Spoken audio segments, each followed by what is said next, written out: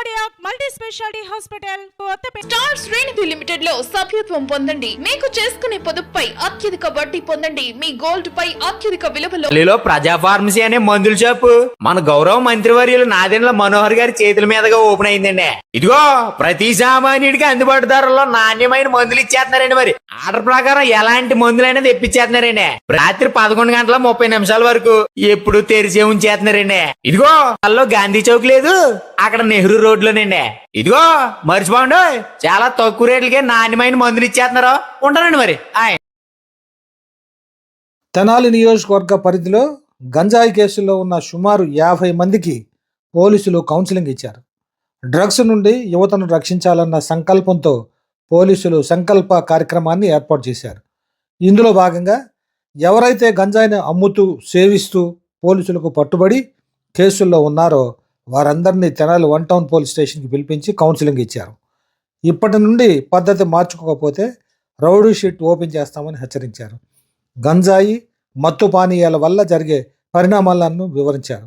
DSP Janardhan రావుతో పాటు Tenali assembly నియోజకవర్గ పరిధిలో ఉన్న పోలీస్ స్టేషన్ల సిఐలు, ఎస్ఐలు ఈ కార్యక్రమంలో పాల్గొన్నారు. వద్దురా తమ్మిపోవద్దురా నువ్వు గంజాయి జోలికి, ముద్దులా నీ బంగారు భవితను వదిలేసి గాలికి, ఘోరంగా నిన్ను కనిపెంచినోళ్లను నెట్టి దుఃఖానికి, ఇంత ఘోరంగా నువ్వు అలవాటు పడబోకు మత్తు సుఖానికి.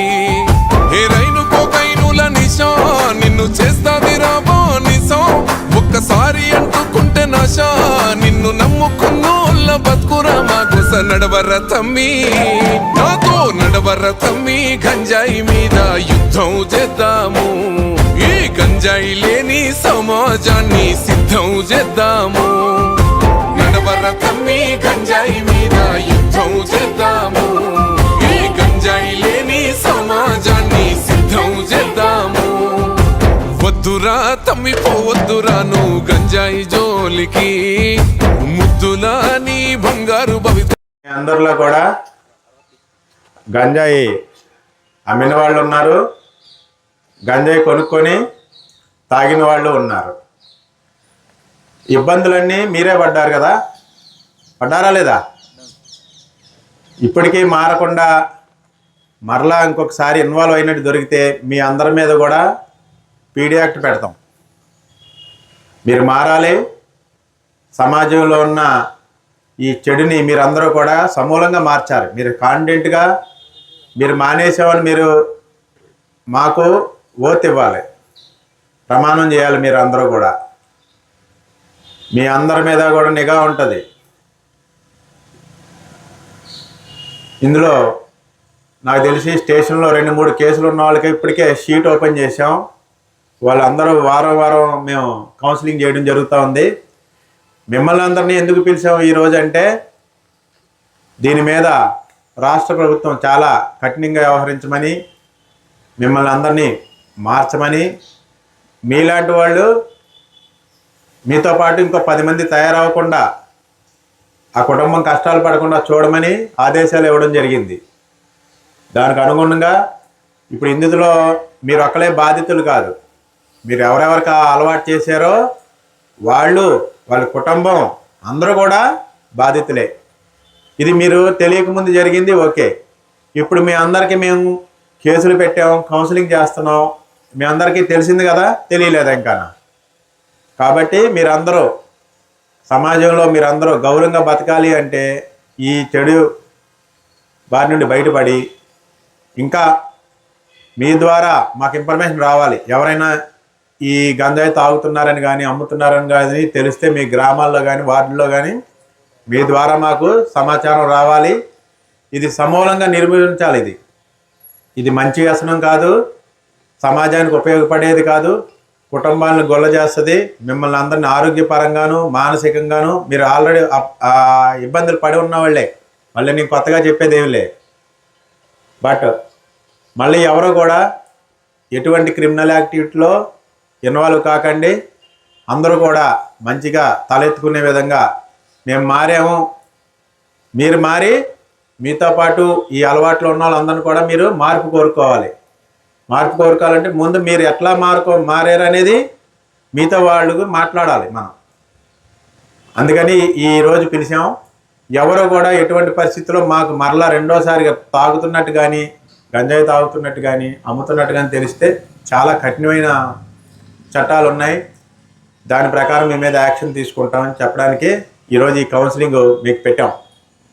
ఇందులో ఎవరు కూడా చెప్తున్నారు మేమేం దొరకమనుకోవద్దు. మీరందరూ గంజాయి తాగి దొరకడం అంటే మీతో పాటు ఉన్న వాళ్ళు ఇన్ఫర్మేషన్ మీద కదా దొరికారు. ఆ మత్తు బారిన పడి మీ కుటుంబ సభ్యులు చుట్టుపక్కల వాళ్ళు ఇబ్బందులు పడి లేకపోతే సొసైటీలో ఉన్న వాళ్ళు ఇబ్బందులు పడి మీ ద్వారా ఇబ్బందులు పడిన వాళ్ళ ఇన్ఫర్మేషన్ ప్రకారం మీరు దొరుకుతారు. మీరు అది సీక్రెట్గా సైలెంట్గా ఉంటుంది, ఎవరికి తెలియదు, ఎవరు ఏమనరు అన్న ఆలోచనకు పోవద్దు. అందరూ మారాలి. ఆ మార్పు అనేది ఇప్పుడు వచ్చిన వాళ్ళతో పాటు ఇంకా ఉన్నారు. నెక్స్ట్ వీక్లో అందరినీ కూడా పిలుస్తాం, ఎవరిని వదిలిపెట్టాం, అందరికీ పిలుస్తాం, పేరు పేరున మాట్లాడతాం. మీ స్టేషన్ పరిధిలో సిఐలు ఎస్ఐలు మీతో మాట్లాడతారు. మీ అందరి మీద నిఘా పెడతాం. కానిస్టేబుల్లో ఎస్ఐలు సిఐలు నిఘా పెడతాం. మీ ఇళ్ళ దగ్గర ఎట్లా ఉంటున్నారో మీ చుట్టుపక్కల ఎంక్వైరీ చేస్తాం. ఆ చేసిన క్రమంలో మెల్ల మీరు ఆ పొరపాట్లు చేస్తున్నారని తెలిస్తే కౌన్సిలింగ్ ఇవ్వడం జరుగుతుంది.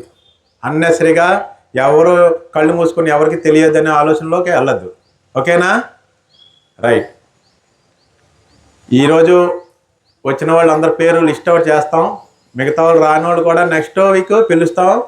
మీ అందరికీ మీతో మాట్లాడడానికి స్టేషన్ వైజ్ కౌన్సిలింగ్ చేయడానికి మీ కానిస్టేబుల్ మీకు ఇంట్రెస్ట్ చేస్తాం. మీ మీద వాళ్ళు మీకు టచ్లో ఉంటారు. మీరు ఇంతకుముందు అలవాట్లతో పాత స్నేహితులతో కలవడం, మళ్ళీ పాత నేరాలకు వెళ్ళడం, గంజాయితో పాటు ఇతర నేరాల్లో కూడా ఉన్నారు కొందరు. మోటార్ సైకిల్ దొంగతనాలు, ఇంట్లో దొంగతనాలు ఇవన్నీ ఉన్నారు.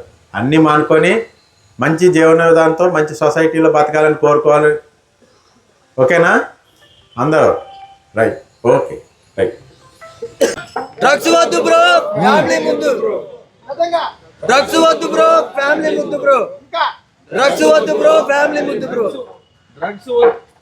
డ్రగ్స్ వద్దు, ఫ్యామిలీ ముద్దు, డ్రగ్స్ వద్దు, ఫ్యామిలీ ముందు. గట్టిగా చెప్పాలా? చివరి నుంచి రాట్లా నేను చెప్తా. డ్రగ్స్ వద్దు అనేది. డ్రగ్స్ వద్దు, ఫ్యామిలీ ముందు. మళ్ళీ చెప్పాలి. డ్రగ్స్ వద్దు, ఫ్యామిలీ ముందు. డ్రగ్స్ వద్దు, ఫ్యామిలీ ముందు. డ్రగ్స్ వద్దు, కేసులు వద్దు అని కూడా చెప్పాలి. డ్రగ్స్ వద్దు, కేసులు వద్దు.